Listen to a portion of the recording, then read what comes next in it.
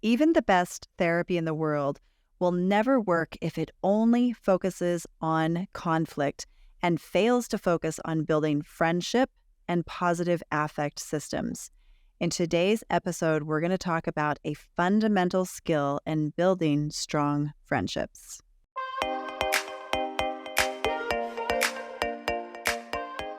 Welcome to another episode of Master Your Marriage. I'm Robert Snow.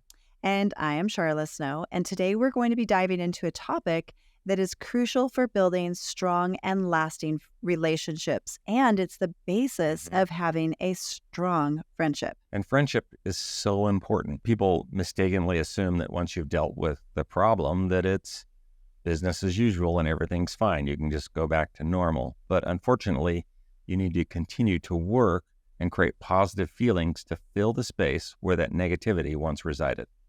Because once you have managed the problems in your relationship, you have a void. And you have to decide what you want to fill that void with. And you have to deliberately add positive affect systems that promote friendship and intimacy. So things like sex and cuddling and romance and dates and fun and adventure. Yeah, but those things are hard to do when you're sort of stuck in this negativity cycle.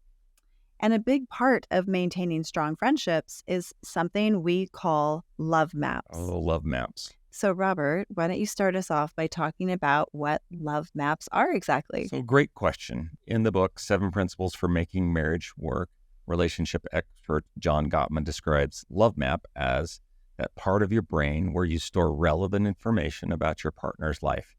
It's all about having a detailed understanding of your partner's thoughts, their feelings, their preferences, dreams, and fears. Absolutely. Building love maps means taking a genuine interest in your partner and making mental space to be able to store information about their world. It's about knowing the major events in each other's lives and continuously updating your knowledge as your partner grows and changes, which we all do. Yeah, so why love maps matter, right? So according to Gottman, couples who actively keep up on one another's lives are better equipped to navigate major life changes, stressful events, and conflict. So let's take example, the birth of your first child, which is a time that can be challenging for any marriage. Oof, yeah, that transition into parenthood can be and is very difficult for most couples. Yeah. And as we look back and we've talked about this, we really struggled with that transition ourselves. Yeah, and I think it's because we didn't know how to stay couple focused. We didn't know how to have the conversation about our roles and responsibilities. No, we didn't. We just sort of assumed that we loved each other enough and that we just would know what to do and that love would just carry us through. But we didn't understand how much our values and dreams would have to change when we bring this little baby into our lives. And there was that time when you almost left. Oh, yeah. Okay, Yeah, so it's a tough one. we're going to share this story. This is a tough story that we debated sharing. So we'd been married for almost 4 years when our first son was born. And he was about maybe a month old. And for the year leading up to this point, we were already kind of slipping. Everything was all about me and the pregnancy and getting the house ready and painting the nursery and doing the all crib. that stuff, right? And we were already at that point sort of letting our friendship slip a little bit and not doing these, filling this void with these positive affect systems that we talked about. And it's easy to do when you're sort of tackling this new challenge in your life, right? It's about the baby. And oftentimes, as we've discussed before, sometimes we can get just focused on the children and let the marriage or the relationship, that friendship sort of slide. Become complacent. Yeah. And we didn't realize that we were even doing it. In hindsight, after he was born, as I look back at that time, I probably had some undiagnosed postpartum. I didn't realize it at the time. Yeah, probably. I probably had some depression and I was extremely fragile. I know that for sure. And I was scared because I was a new mom and I was feeling lonely because you would leave for work and I had this new baby that I didn't really know how to take care of. And so my mom said, well, I'll come up and help you guys out. And so she came up to help with the baby. And as it turned out, it kind of made the situation worse for us. Yeah, And probably not better. it wasn't better. At Helpful, least though, with the baby. helpful with the baby, but Yep. not better in terms of our relationship, because while she was there, she started doing a lot of criticizing of Robert behind his back and coming to me with her criticisms and all the ways that Robert was failing as a husband and as a father, and and really kind of shifting my perspective to more of a negative perspective as I was listening to her, and all of those things weren't even true. Probably why I just threw myself into work. Mhm. I didn't have much choice. Yeah, and it wasn't true. The things that she was pointing out, they were based on her perspective, and a lot of her perspective would have been clouded through her filters of her own relationship failures, and so, I mean, I'm not saying it's okay that she did that. It was 100% wrong for Yeah. her to do that, especially at a time when we were really struggling to figure things out. And it gutted me. It destroyed me. And I was not prepared already for how difficult that transition into parenthood was going to be. And that just made it even harder. And I think young couples just don't realize how important it is going into having children, how important it is to have a strategy for this major life altering change that ends up happening. Yeah, I mean, I think that you don't. I think you don't think about it. You don't, I think especially when you're as young as we were. Yeah, we were just babies. So Uh-huh. that was probably our lowest point in our 31-year marriage. And, we both just, our coping mechanism was, as most people would, we just put our energy into like work and responsibilities and raising this little baby, which was, awesome. And it was. But what we really needed to do was strengthen our relationship first, which honestly is the foundation for everything else. Right. I wish we had the tools that we're going to discuss later. I wish we knew more about love maps and had these tools in our relationship then. Much like the building of a house, if the foundation of your home and your marriage is cracking and crumbling, things will just start to fall apart. They do. In a house with a bad foundation, you get drywall cracks and the windows crack and the walls fall down. And in your relationship that's kind of crumbling on its foundation, you just sort of spend time patching the drywall and not time Totally fixing and shoring up the foundation of that relationship. And that's what we were doing at that particular time. Yeah. We were trying to figure out how to be parents and still love each other, as I felt like we were just going around and patching drywall cracks And just fix this one problem. instead of fixing the foundation, which was us. Yeah. And really, our situation is not all that unique. I mean, we're not alone. The vast majority of couples struggle with that transition into parenthood. There was a study that came out in the Journal of Family Psychology, and Love it the found study. that Yeah. in 67% of couples, parenthood coincided with a significant drop in marital satisfaction. That was us. But here's the interesting part. That means that the remaining 33% of couples, guess what? In their relationships, marital satisfaction either improved or at least remained stable. Yeah. Like, what made that difference? And as always, we learned so much by modeling success and looking at the masters. What was different about this 33%? Yeah, I wish we were in the 33% Back for sure. then, Yeah, back yeah. then.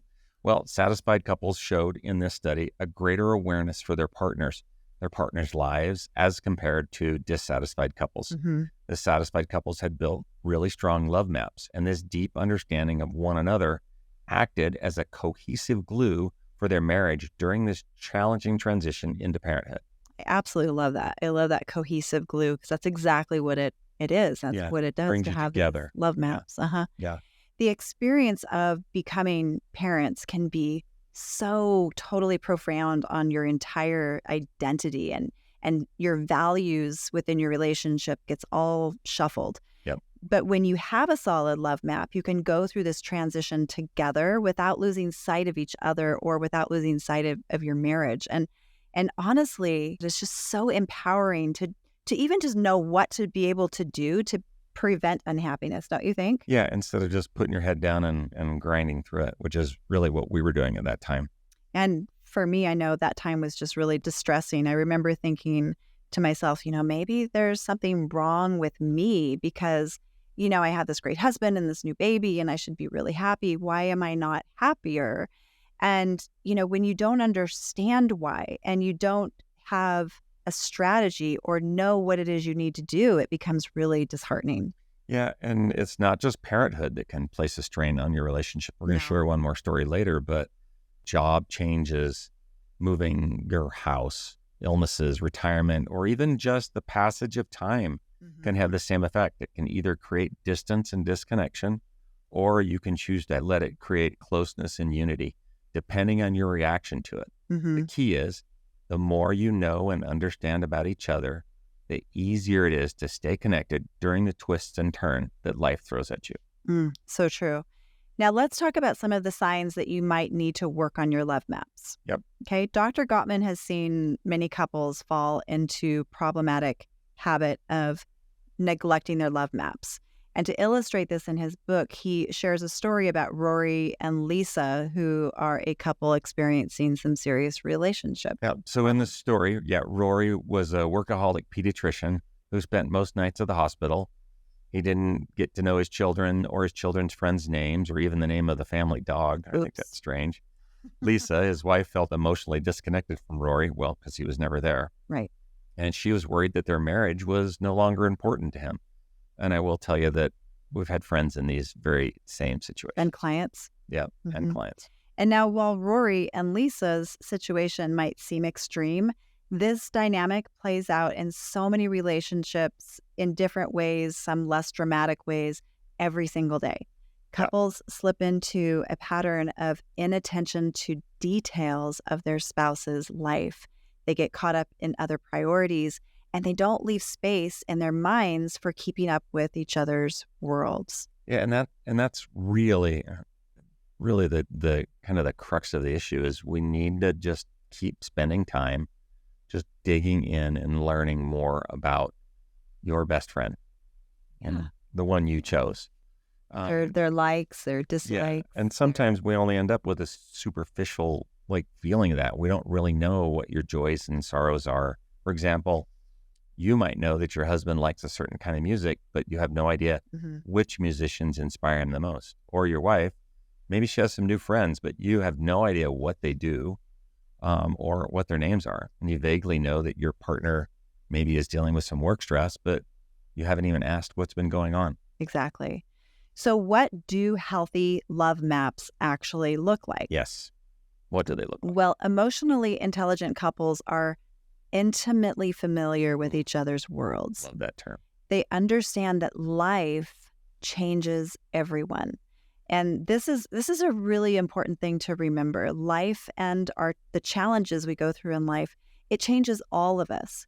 Just because you felt like you knew your partner last year doesn't mean they're the same person today. Absolutely not. Our goals and dreams change. And that's why it's so important to take the time to check in with one another periodically. And doing this leads to deeper mutual understanding.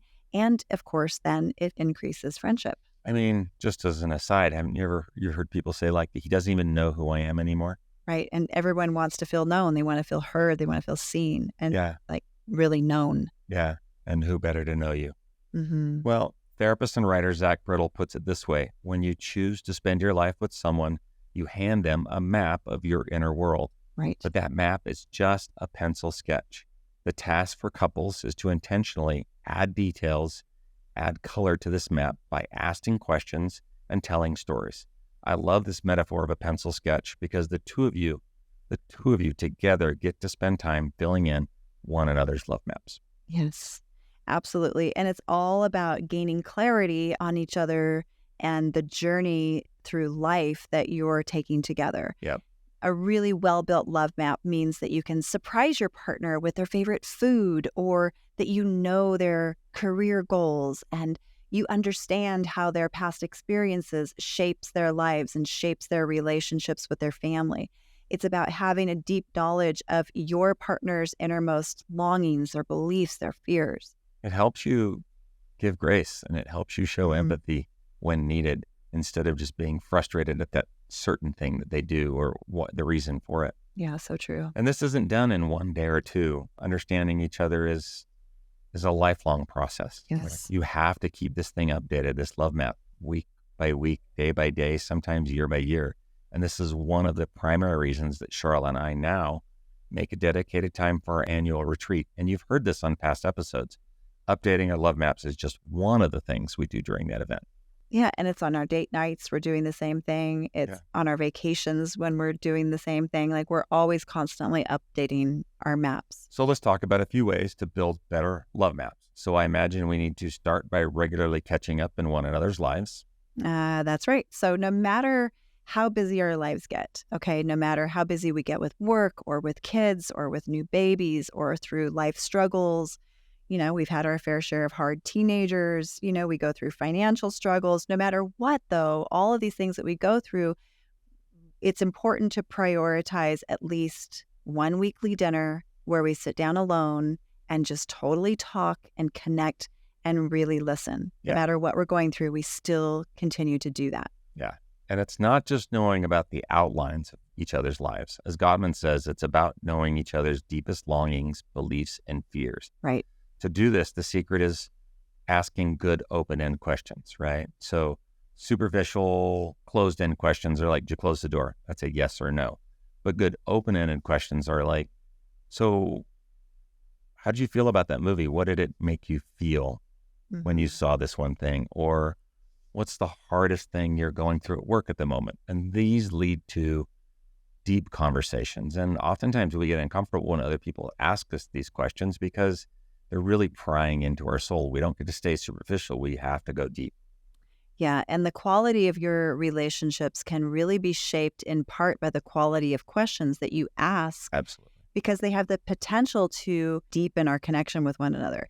And love maps shouldn't just be broad. They should be also very deep. The goal is to listen and to learn about your partner. And remember, it's important to keep returning to these love maps. Return and update. Update your knowledge about yourselves and each other. This is so important for many different reasons. Not only does it deepen your bond and increase your connection and intimacy, but it really provides a protective shield in your relationships during upheaval and stress. Yeah. And so just to contrast with a different story, to contrast with our earlier story at the 4-year mark in our marriage, about 25 years into our marriage, we went through another major life challenge with one of our children. And we won't go into a ton of detail about that today, but it was a time when I was personally at my lowest, like emotionally bankrupt, totally distraught. And like the earlier story we shared, I felt scared. I was terrified. I was exhausted. And like the other story, I also didn't know what to do. I didn't have a strategy for how I was going to face this difficult thing.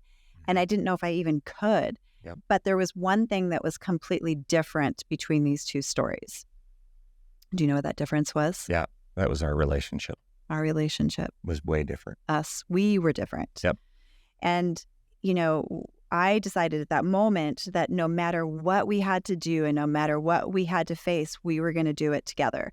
And there was this brief moment in time that I did feel like unconsciously I sort of flashed back to that earlier stage in our marriage at the 4-year mark, and a moment of doubt crept in. But then I remembered we're different now. Our relationship is different now. And no matter what we face, we do it together. Absolutely. And that's been our motto for a really long time. There's nothing we can't face as long as we do it together. Right. And the big part of this change is that we're no longer superficial in knowing about one another's lives. We take time to update our love maps, add color, add details.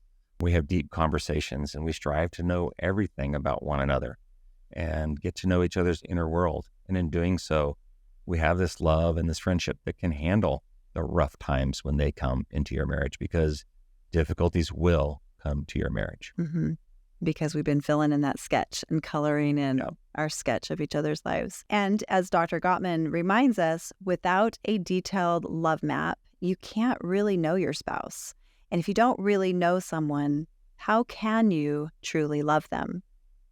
Absolutely. And in true Sharla creativity fashion, you've created a digital download to help these couples figure out their love maps. I have, yeah. Add some color and add some detail to their maps. Yes. And so this is available now on our website. It's at masteryourmarriagepodcast.com/love maps, and 52 weeks of open-ended questions that you can either ask one another on your date nights, or you can use these as journaling prompts and then share your journaling responses with one another. That's awesome. So we've created hundreds of questions that take your conversations from superficial and boring and closed-ended questions to deep and connecting open-ended questions. And these are questions that you can use over and over again to deepen your connection, and do it again and again as life changes and as you change. That's great for your weekly updates as well, right? Yes. We can also drop a link to that in the show notes below. Let's all commit to building and maintain love maps in our relationship by seeking to really know one another. And let's commit to making a lifelong journey of discovering what it is that is amazing about this person that we're connected to. Awesome. Let's do that. And that brings us to the end of today's episode of Master Your Marriage. Thank you for joining us. We hope you found our discussion of love maps valuable. And if you did, be sure to scroll down, click on tap to rate, and leave us 5 stars, plus a comment if you would, on what you learned from today's episode, because this helps us to share the episode with other couples who are currently struggling in their relationship and need this information. And remember, tune in next week for more insights and tips on how to strengthen your relationship and marriage. Until then, take care of each other and be kind to each other. Until next time.